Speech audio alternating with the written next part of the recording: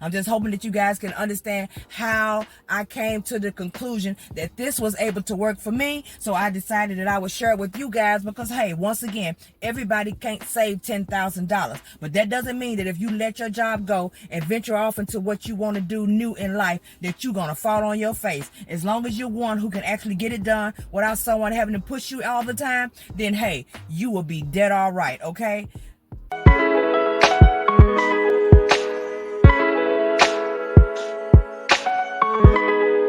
All of the advice being given: save $10,000 in the bank, save $5,000 in the bank, save 3 months worth of income just in case for a rainy day. You never know what's going to happen.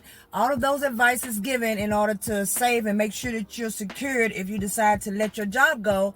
They're all good, but everybody's path is different. Everybody has a different way of living. Nobody makes the same income. Everybody can't save $10,000. Everybody can't make sure they have $5,000 in the bank. What about people who are actually living check to check? What about people who they know that if they miss one day, take one day off work because you're sick, and then you're crying when you get your paycheck because you're simply one day short? What about those people? But they have dreams, right? They have passions. They have things that they want to do. They are already venturing out and trying different things in life, and they know that they can make a better living for themselves other than their job if they give themselves the chance to let that job go and venture out and do what they're setting out to do. What about those people? You can't just always say that everyone is going to have to save the same amount of money. See, when you listen at that type of advice, I mean, it's all good and dandy. I'm not saying it's not good advice, but it's just that everybody doesn't fit the same mold. Is that your mold? Can you afford to save that type of money? If you was an engineer or something like that, sure. You know what I mean? Just calling out, you know. If you were one of those people, sure, I'll save me a quick 10 grand and then I'm gonna quit. But for those who can't, you just can't. So what do? There are different ways that you can do it. But first, let's just discuss, what are you quitting your job for? Are you quitting it so that you can go to another 9 to 5? Are you quitting your 9 to 5 so that you can just start working a part-time job and you know that the part-time is not going to bring as much money in and you're worried about it? Or are you quitting your 9 to 5 because you have gig work that you've been doing or something like that, and you know that you're able to make the money and you would much prefer to do that than to do the 9 to 5?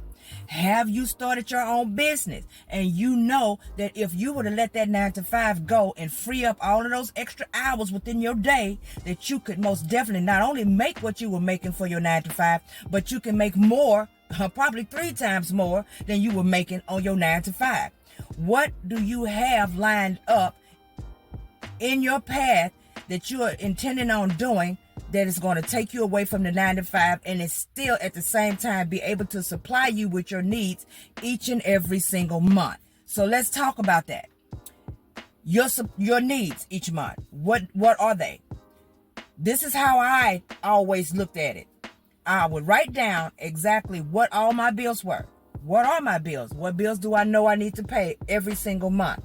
My insurances, my car insurance, my house insurance, my life insurance, my health insurance. You get what I'm saying? My car note, right? My rent, your mortgage, whatever it may be. You're going to write down every single bill that you have. Make sure you write them down. Now, don't just pick the small bills, okay? We're not going to pick those because we got to make sure that we're going to be secure, okay? We're going to talking about the bills I'm talking about right now are the bills that may fluctuate. Let's say, for instance, one month you got a light bill, your light bill was $60. But then the next month you got a light bill, your light bill was $150, $200. And you're like, what happened? I didn't use no more electricity this month than I used last month. We're going to calculate the light bill that was the most, okay? Because this is going to save you, okay? Don't calculate bills that you know were the lowest and be like, well, normally it's pretty low. I had a really bad month, but it's normally pretty low. No, calculate the highest bills and then look at that amount. And then you're going to look at whatever you're trying to replace your full-time job with. When you replace your full-time job, can the job that you're replacing it with Can it cover your bills? Are you able to cover your bills? If you haven't started making enough to actually cover your bills, the question is, if you quit your 9-to-5 job, could you then start covering your bills with whatever you're leaving your job for? Next, you probably want to start putting it to the test. And what I mean by that is, whatever your side hustle is, whatever you're planning on quitting your 9-to-5 for, I know you're already doing a little of it now. So put it to the test. Let's see how much can we work, and while we work, let's see how much can we save. So this means that what you're going to be actually doing is you're going to be sacrificing. You're going to be sacrificing time in front of the TV. You're probably going to be sacrificing time away from the family. You're going to do a lot of different sacrifices, okay? So you have to get ready for that. Whatever you're doing, if you were doing it in the evening time, now you need to do it a little bit longer in the evening time. You need to do it on the weekends. You're going to need to get away from in front of the television. You're going to need to just start putting your best foot forward on what it is that you want to replace your job with. Now, you are already doing it. You just don't, maybe you haven't saved up enough, or maybe you haven't realized that you can actually accumulate enough money to take care of your bills. So remember, we were just talking about making sure that you make a list of the bills that you have to pay. So now you want to make sure that your side gig or your business that you're trying to run now can actually replace your income that you had coming in order to pay those bills. Can it pay your bills? And if you calculate what you've been making on your side gig or in your business, and if that amount of money that you've been making is not enough to secure the bag for all of those bills, including your groceries, because groceries is a bill you have to eat.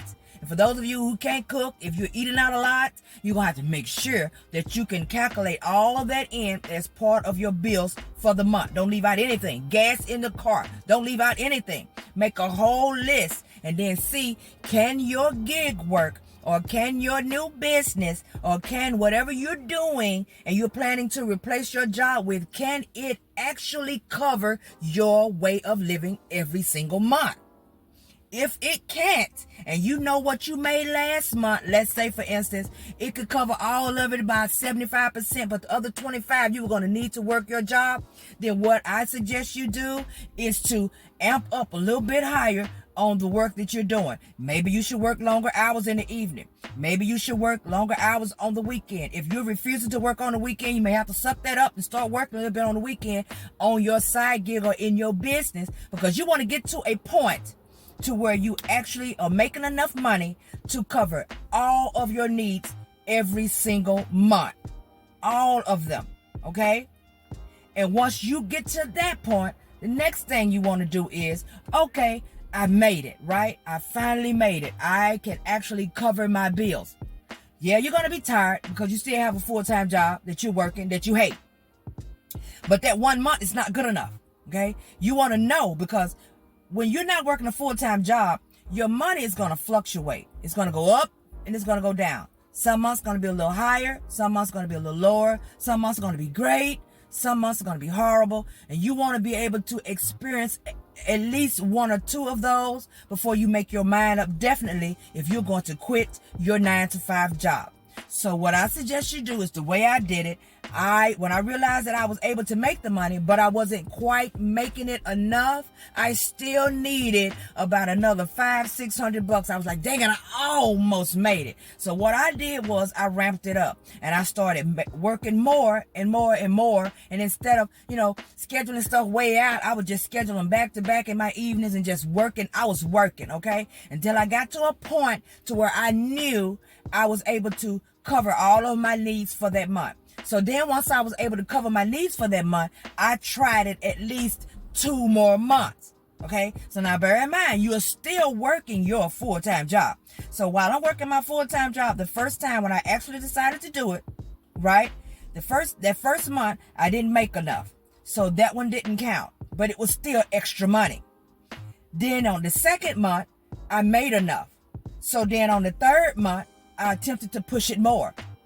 All right. So after I knew I could do that, by that time, not only was I making way more than I was making on my regular job each week, but I had done already put in 2 weeks at that point of working more and making more than I make at my job while I'm still working my full time. I hope you guys can follow what I'm saying, because I'm not trying to confuse you. I had come to a point where in the last 2 weeks of it, I was making more than I was making on my full-time job, but I was still working my full-time job. That first week, I didn't quite make it, but I still was working my full-time job. So I decided to throw another weekend that would bring me to a fourth week and let me try it again. So on that fourth week, the money was lesser than it was on the third week, but guess what? I still made more. So I knew I could handle my bills with the new work that I had coming in outside of that 9-to-5 job. So I knew I was prepared. And at the same time, guess what happened while I was working so hard? I was able to save. Okay. Now I'm saved. My rent is stacked. You see what I'm saying? All of these things are starting to happen all while you're preparing yourself. So then once you decide you want to let it go, if you decide at that point after a month of all of that hustle and bustle, then you can do just that. But you still gonna have to keep hitting the ground running.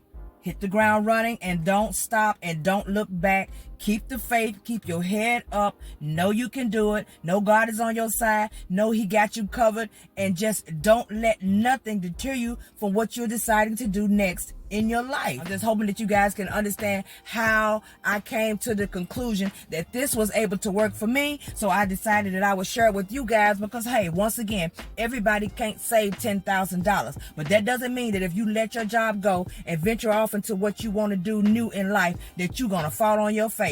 As long as you're one who can actually get it done without someone having to push you all the time, then, hey, you will be dead all right, okay? Like, subscribe, turn on the notification bell, because you know I'll be bringing you some back later. I wish the best of luck to all of you in your new endeavors, and enjoy the rest of your day.